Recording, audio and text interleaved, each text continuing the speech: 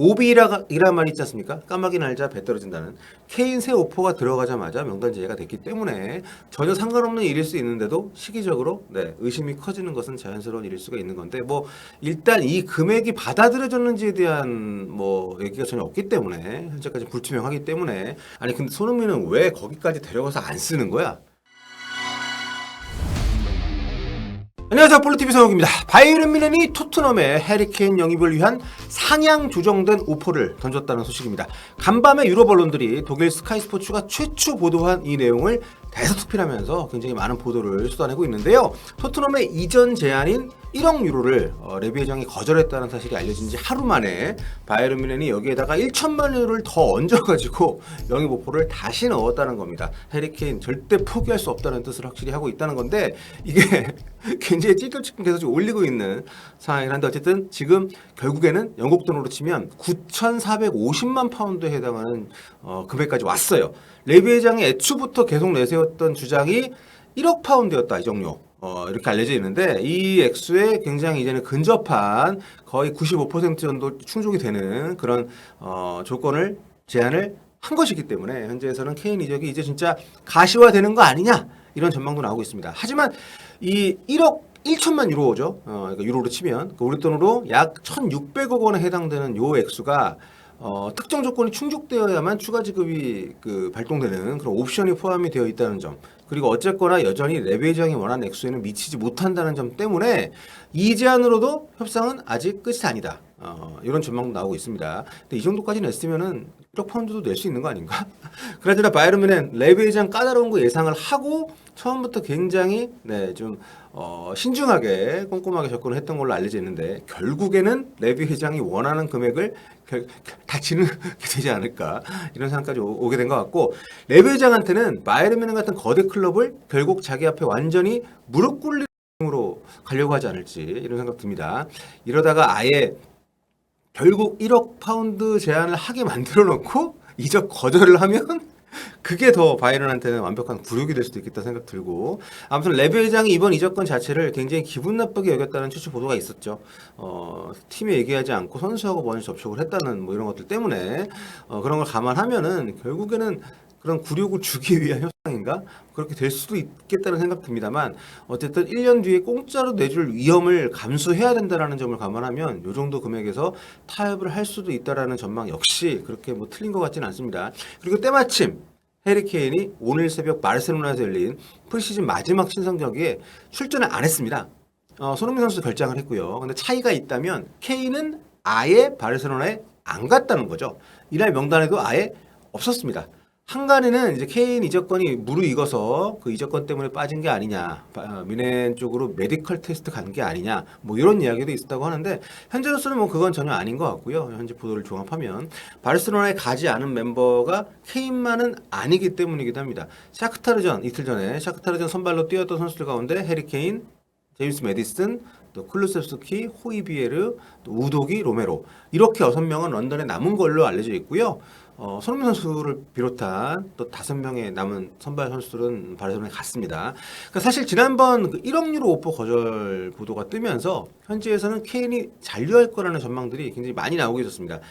이게 아무래도 영국 언론들 같은 경우는 토트넘 내에서 나오는 얘기들을 듣고 쓰니까 아마 더 그런 쪽으로 기운 것이 아닌가 싶은데, 대표적으로 토트넘 전문 기자인 이브닝 순다드의 댄 킬패트릭 기자의 보도를 보면 이렇게 케인이 토트넘 잔류로 가닥을 잡은 듯한 뉘앙스로 얘기를 하는 그런 기사를 볼 수 있습니다. 여기 또 기사 내용이 나옵니다만, 해리 케인은 이미 자신의 미래가 올 시즌 개막 이전에 명확하게 결정되길 원한다고 밝힌 바 있다. 만일 이번 일요일 브렌트포드와의 리그 개막전 이전까지 양측의 합의가, 그러니까 토트넘과 바이에른 뮌헨의 이적 합의가 이루어지지 않는다면 잔류할 걸로 기대가 되고 있다. 한마디로 바이에른 뮌헨에게는 시간이 많지 않다. 이런 워딩을 넣었는데, 이렇게 기존 여러 매체들도 반복했던 시즌 개막전이 사실상 데드라인이다, 이런 주장에 근거를 해서 해리케인 잔류설에 힘을 싣는 그런 보도를 냈습니다. 이게 킬패트릭만이 아니라 여러 매체에서 이런 주장을 좀 펴고 있고요.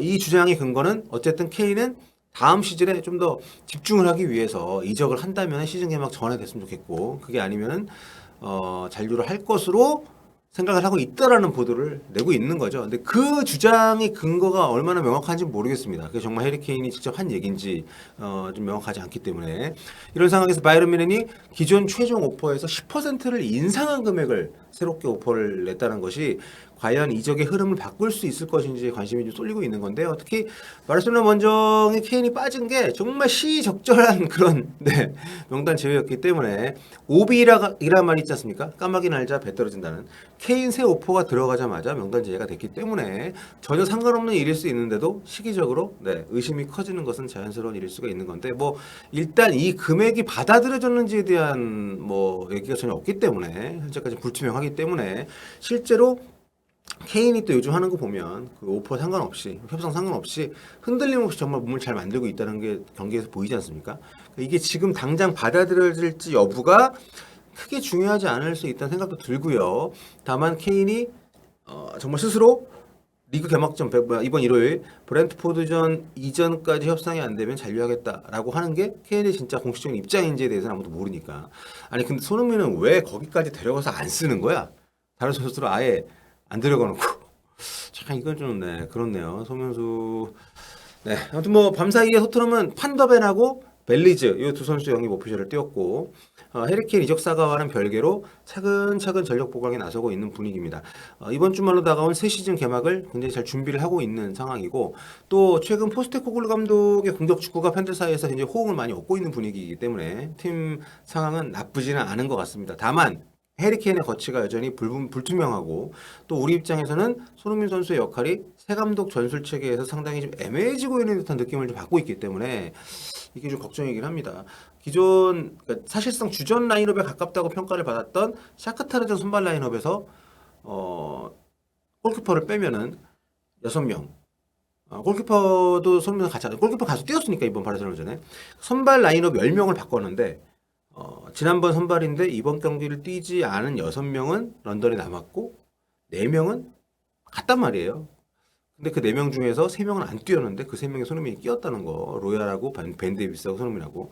이거 굉장히 좀 개인적으로 마음에 안 드는데 여하튼 해리케인 오퍼를 상향 제안한 바이에른 뮌헨. 때마침 바이에른 원정에 불참한 해리케인. 요 팩트 굉장히 좀 그래 토트넘 관련해서는 정말 빅 뉴스이기 때문에 긴급하게 다뤄봤고요. 근데 진짜 송키 조합이 뭐 깨질지 안 깨질지 모르겠지만 그것과는 별개로 포스테코글루 감독이 생각했던 것과는 다르게 손흥민 선수의 기회를 많이 안 주고 있는 상황이어서 뭐 출전 여부를 떠나가지고 경기 내에서 받는 역할이나 이런 것도 좀 걱정이 되긴 합니다. 아무튼 바이에른 뮌헨이 해리케인 이번 오퍼가 받아들여질지 아니면은 또 한 번 더 상향 오퍼를 해야 되는 상황이 오게 될지 이거 굉장히 좀 기대가 되네요.